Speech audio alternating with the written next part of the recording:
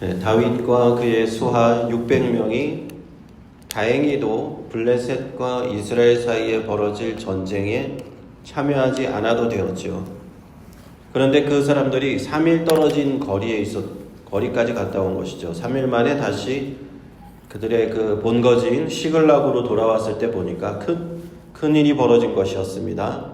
이스라엘의 오래된 원수인 아말렉이 그곳에 쳐들어와서 집을 다 불살라버리고 모든 여자들과 아이들을 다 사로잡아 가버렸습니다. 다윗의 두 아내도 다 사로잡혀 가버렸죠. 그들은 이것을 보고 너무나 큰 충격을 받은 나머지 기력이 다하도록 울었다라고 되어 있습니다. 그리고 백성들은 분노를 인하여 지도자인 다윗을 돌로 치려고까지 합니다. 그러나 이때 다윗은 어떻게 합니까? 이 위기 상황에서도 여호와 하나님을 의지한다. 다윗의 그 신앙의 특징입니다. 다윗의 신앙의 위대함이라고 할까요? 어떠한 상황에서도 하나님을 의지하는 것입니다. 아히멜렉의 아들 제사장 아비아달을 부르죠. 이 아비아달이 누구였습니까? 엘리 제사장의 후손 중 사무엘상 제일 처음에 나왔던 그 엘리 제사장의 후손 중에 유일하게 살아남은 사람이에요. 사울 왕이 노베에 있었던 세마포 에봇을 입은 제사장을 몇 명 죽였나요? 85명을 죽였어요. 85명 모두 죽였을 때 유일하게 살아남아서 다윗에게 피신하였던 그 사람, 제사장의 마지막 남은 엘리 제사장의 마지막 후손 바로 아비아달입니다. 그 아비아달은 에봇을 가지고 왔어요. 하나님의 성전에 들어가서 제사장의 직무를 할 때 쓰는 에봇, 하나님께 묻을 때, 하나님의 뜻을 구할 때, 응답을 구할 때 쓰는 그 에봇을 가져오라. 그리고 하나님께 묻습니다. 이 아말렉 군대를 추격하면 따라잡을 수가 있겠습니까? 다윗이 묻자 하나님이 응답하십니다. 그들을 쫓아가라. 반드시 따라잡고 도로 찾으리라. 이렇게 하나님은 그에게 응답해 주셨습니다. 사울 왕과 참 대조되는 모습이에요. 사울 왕은 블레셋 전쟁을 앞두고도 여호와 하나님께 응답을 구하였는데 어떻게 되었습니까? 응답이 왔습니까? 안 왔죠. 꿈으로도 우림으로도 선지자로도 하나님은 응답하지 않으셨어요. 그러나 다윗을 보십시오. 다윗은 하나님께서 다윗에게는 계속적으로 응답을 하신다는 것입니다. 9절을 한번 보시면요. 이에 다윗과 그와 함께한 600명이 가서 부솔 시내에 이르러는 뒤떨어진 자를 거기 머물렀으되 피곤하여 부솔 시내를 건너지 못하는 200인을 머물렀고 다윗은 400인을 거느리고 쫓아가니라. 이렇게 되어 있습니다. 600명의 군사들이 쫓아가다가 부솔 시내라는 곳을 지날 즈음에 더 이상 피곤해서 가지 못하는 사람들이 생겼는데 200명이나 그들을 가지 못하는 사람들이 거기에 남게 되었어요. 그 병사들이 얼마나 그 오랜 그 행군을 했겠죠.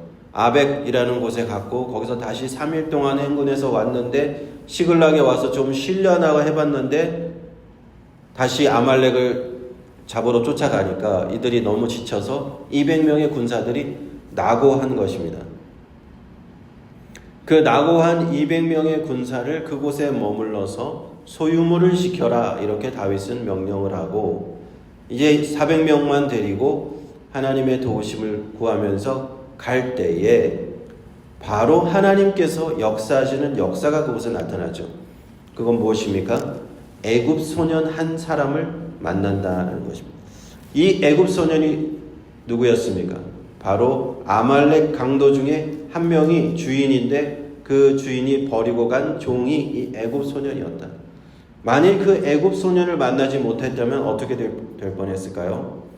그 400명의 군사들이 아말렉 강도들을 빠르게 따라잡아야 가는데 그 납치당한 가족들을 빨리 찾아와야 되는데 빨리 잡지 못했다면 더 큰 변고가 일어났을지도 모를 그런 일이었습니다. 그래서 하나님께서 급히 그 애굽 소년을 만나게 하셨다 하는 것입니다. 3일 동안 굶주리고 물도 못 마신 그 애굽 소년을 먹을 것을 주고 마실 것을 주고 정성껏 돌보아 주고 그 소년을 앞세워서 이제 바로 아말렉 강도를 찾아낼 수 있었다 하는 것입니다. 놀라운 하나님의 역사하심이라고 볼 수 있죠. 16절을 보시면 그가 인도하여 내려가니 그들이 온 땅에 편만하여 블레셋 사람의 땅과 유다 땅에서 크게 탈취함을 인하여 먹고 마시며 춤추는지라. 아말렉 강도떼를 발견했습니다. 그랬더니 이미 그들은 승리에 도취되어서 흥에 겨워서 마시고 먹고 술 취해 있었다라는 것입니다. 이미 그렇게 경계심이 풀어져 있는 이 아말렉인들 몇 명이나 되었는지는 알 수 없지만 그들을 치는 것은 시구죽 먹기죠. 다윗과 400명의 군사는 그 아말렉 강도들을 진멸하기 시작합니다. 낙타를 타고 400명이 도망을 했어요. 그래서 그 사람들 빼고는 모두 처단을 했는데 몇 명이었던가요 도대체? 400명이 도망을 갔는데도 아말렉 사람들을 다 진멸하였다라고 성경은 기록합니다. 그리고 하나님께서 응답해 주신 그 말씀과 같이 그대로 빼앗겼던 모든 것들 다 그대로 되찾게 되었다 하는 것입니다. 아내들과 자녀들과 모두 되찾게 되었고 양떼와 소떼와 가축들도 모두 되찾았고 그 외에 추가적으로 전리품도 다 챙겨서 이제 다시 시글락으로 본거주지로 다시 돌아오는 그런 여정이 있었습니다. 그때 200명이 기다려던 이 부솔 시내로 돌아왔을 때 이제 사건이 하나 또 생기죠. 22절에 보니까 다윗과 함께 갔던 중에 악한 자와 비류들이 다 가로되 그들이 우리와 함께 가지 아니하였은즉 우리가 도로 찾은 물건은 무엇이든지 그들에게 주지 말고 각 사람의 처자만 주어서 데리고 떠나가게 하라. 이렇게 얘기합니다.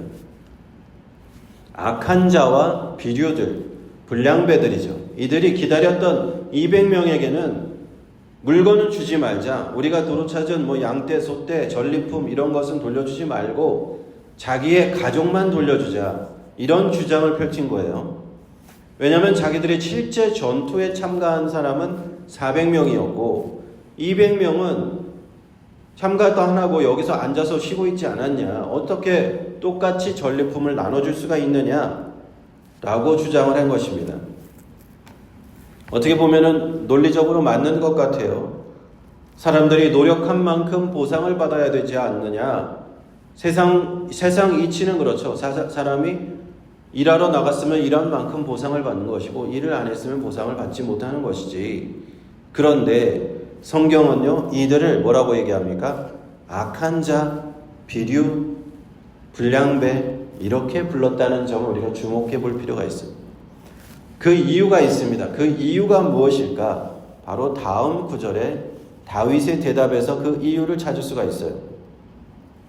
23절 한번 보시면 다윗이 가로되 나의 형제들아 여호와께서 우리를 보호하시고 우리를 치러 온 군대를 우리 손에 붙이셨은즉 그가 우리에게 주신 것을 너희가 이같이 못하리라 하였습니다.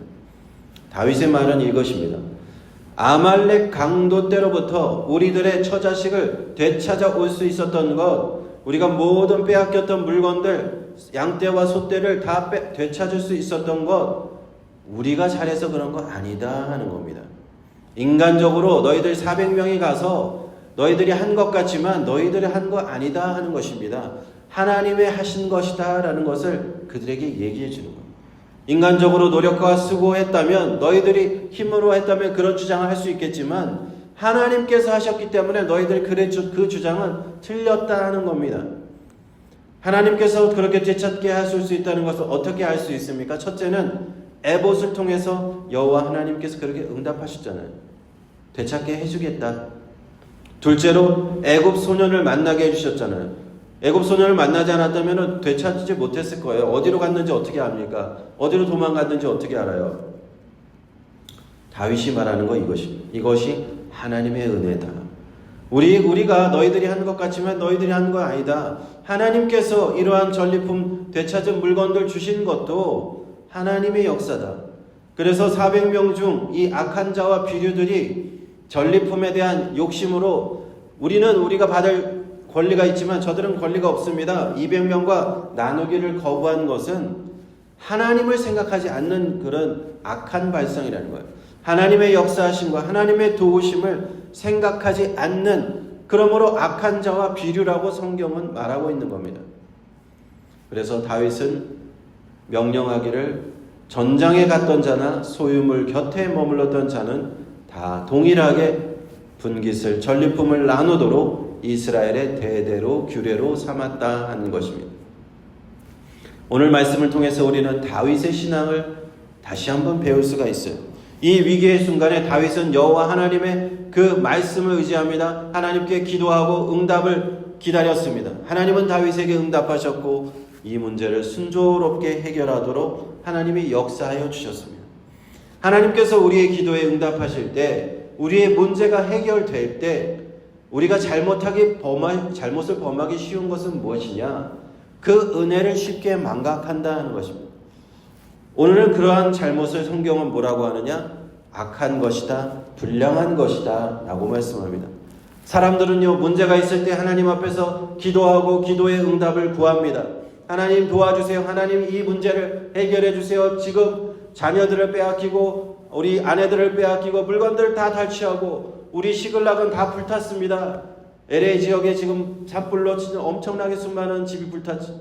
문제가 생겼습니다. 하나님 앞에 나와서 기도하는 거예요. 하나님 이 문제를 해결해 주십시오.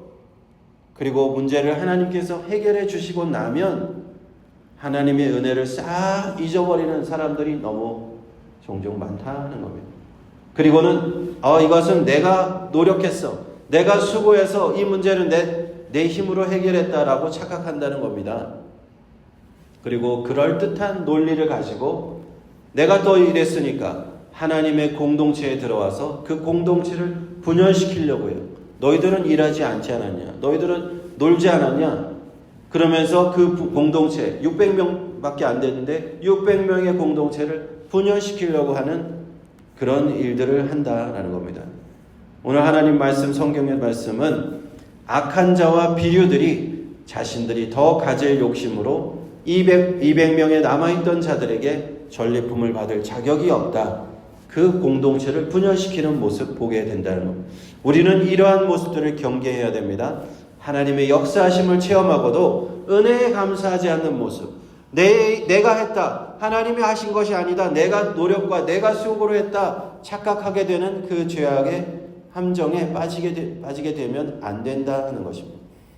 다윗처럼 진정으로 하나님을 믿는 신앙을 있는 사람은요, 하나님이 도우셨을 때 그것을 하나님이 하셨다고 인정하고 하나님의 은혜를 고백하는 사람인 줄로 믿습니다. 다윗을 한번 보세요. 26절에 한번 보실게요. 26절에 다윗이 시글락에 이르러 탈취물을 그 친구 유다 장로들에게 보내어 가로되 보라, 여호와의 원수에게서 탈취한 것을 너희에게 선사하노라. 이렇게 얘기하죠. 다윗은요, 악한 자와 비류들과 달리 자신이 받은 은혜를 나눕니다.